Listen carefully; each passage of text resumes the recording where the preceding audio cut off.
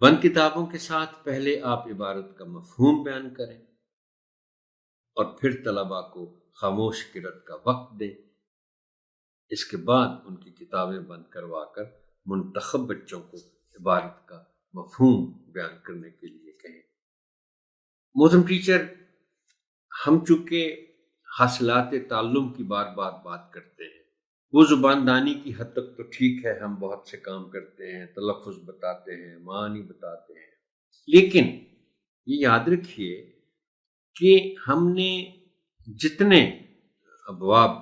پڑھے ہیں یا ہم آگے بھی پڑھیں گے تو ان کا جو متن ہے اس کے ذریعے یہ ذہن میں رکھیے گا بات کہ ہم نے بچوں کی کچھ کردار سازی بھی کرنی ہے، ان کو کچھ لائف سکلز بھی بتانے ہیں، زندگی کی مہارتیں بتانی ہیں، اور یہ کام ہم جہاں بھی ہمیں موقع ملے گا کرنا ہے۔ اب میں اس بات کی مثال دیتا ہوں کہ ہم نے زبان دانی کے حوالے سے تو بہت کچھ ان کو بتا دیا، لیکن اس باب کا عنوان ہے ہمارا دشمن پلاسٹک بیگ، تو اب اس میں کردار سازی بھی ہے، لائف سکلز بھی ہیں۔ ہم نے بچوں کو یہ آگاہی دینی ہے کہ پلاسٹک بیگ کتنا نقصان دہ ہے، کتنے خطرناک ہیں۔ سو کردار سازی اور لائف سکلز اس میں اس طرح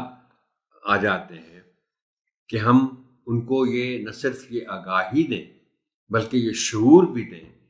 کہ وہ پلاسٹک بیگز کا کم از کم استعمال کریں، اور ہو سکے تو اپنے والدین کو بھی یہ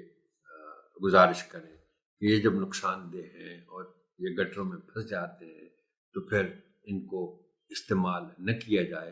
اور آج کل کے زمانے میں چونکہ ان کے متبادلات بھی میسر ہیں، یعنی کپڑے کے بنے ہوئے بیگ ہر سٹور پہ موجود ہیں، کوئی اگر آپ کو دیتا بھی ہے تو آپ کہیں کہ نہیں مجھے دوسرا بیگ دیں۔ تو یہ ہے